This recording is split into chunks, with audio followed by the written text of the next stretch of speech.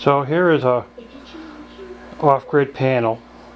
This is actually my first panel I ever made, and originally it was set up as a 12 volt panel, and I made it with light wire, and it worked for I have been using those sun force panels that are only 15 watts each. It worked to some extent, but since then I've modified it so and brought it up to more speed. So basically what we have here is this up here is a voltage gauge to tell me what the batteries are at, and then the panel is actually wired because it was going to be used as a test panel. I was going to do one side as a modified square wave, which is a cheaper inverter, and then one side with sine wave. My first inverter I ever bought was a 12 volt 300 watt or 700. It was a 700 watt modified sine wave inverter. I have it kicking around here somewhere. 12 volts, because now everything we're doing is 24, so it doesn't have a lot of uses. Plus it's modified sine wave, so there's a lot of things it won't work with, but I have it for possibilities. So that's why we have a full sine wave outlet and a modified sine wave outlet.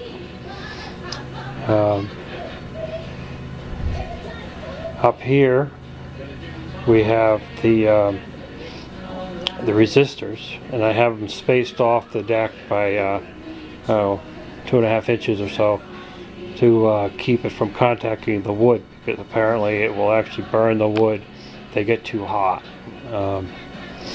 And we have a C40 charge controller, I think it's changed names 3 times since I bought it.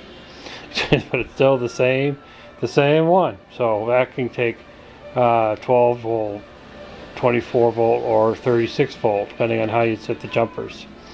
It's a diversion, or it's a charge controller that you can feed the solar into. So it's very versatile. 40 amps, which is a fair amount, but not really for a huge system. Over here in the corner here, this is where the screws are still there for the 12 volt inverter. So I would, with these 2 wires and this wire, I could end up connecting up the inverter to those wires, and then the plug would then plug into the panel.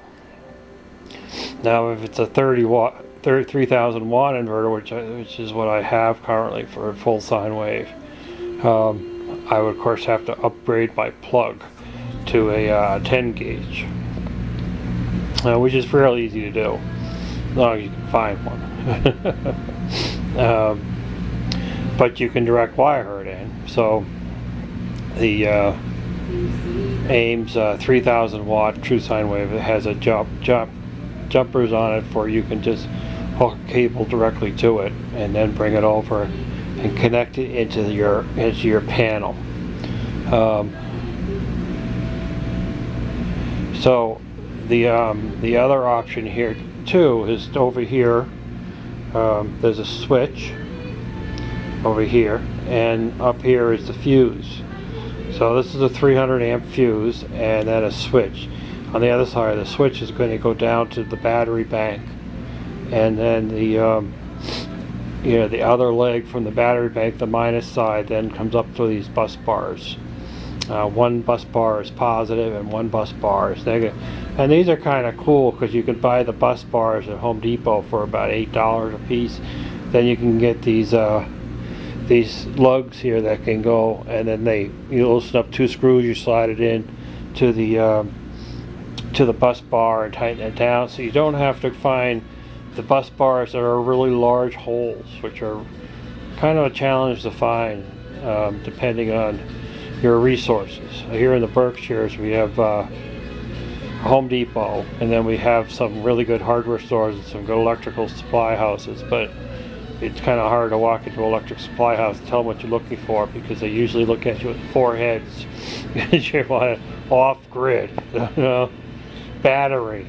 So a lot of my purchases are Home Depot and some of the hardware stores and Amazon, which is I get the switch from Amazon for about $25, and the fuse holders and the fuses also fairly inexpensive from Amazon, which is really kind of a godsend. Now this wire here, which is right now wrapped around the chair, this is the ground wire. This wire, you've always got to ground your off-grid panel to an earth ground. Drive a stake. The best thing to do is to take a 8-foot copper rod that you get at Home Depot or Lowe's or somewhere, and pound it into the ground as far as you can. And when it stops, that's where it stops. But you want a good 6 feet into the ground if possible. And then you're going to attach it with the proper hardware. It's grounded. Safety is humongously important. You can have ground fault interrupt breakers off of the panel, but you've got to have a good ground.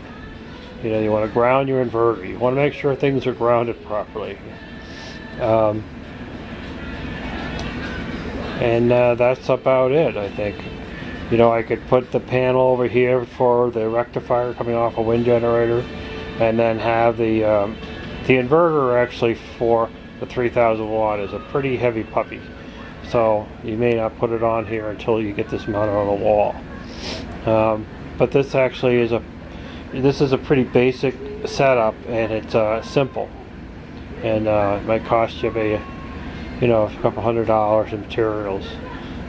Even the meters I got from Amazon, and then I drilled the hole in the cover and to fit the meter into it. If I had a watts meter assembly on here, which I thought about putting on here for the video, but it would be just for the video. So I could mount that into the corner and then feed my voltages to 24 volts down onto the bars. And then if I feed my PMG to the, well, it'll be a PMG because I have a rectifier on the board, so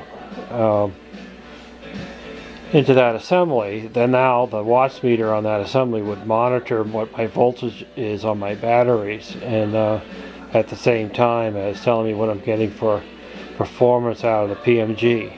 But I just kind of like having a little bit of a backup also, just for grins.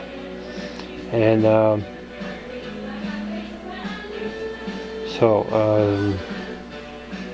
as you can see, it's pretty simple. I mean, this is a 4x8 sheet of plywood. Sorry, a 2x4 sheet of plywood, 2 feet by 4 feet. So you can get most of your stuff on there. I mean, these panels are around $25–30 at Home Depot, and you'll notice on a lot of people's videos that they use this panel. I mean, this is a square D panel, so it's using square D breakers. They have a home line. Oh, this is the home line version, but they stop carrying the home line one. So the ones they only carry at Home Depot now are square D.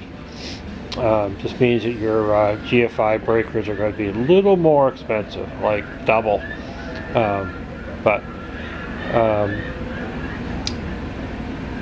So thanks for watching.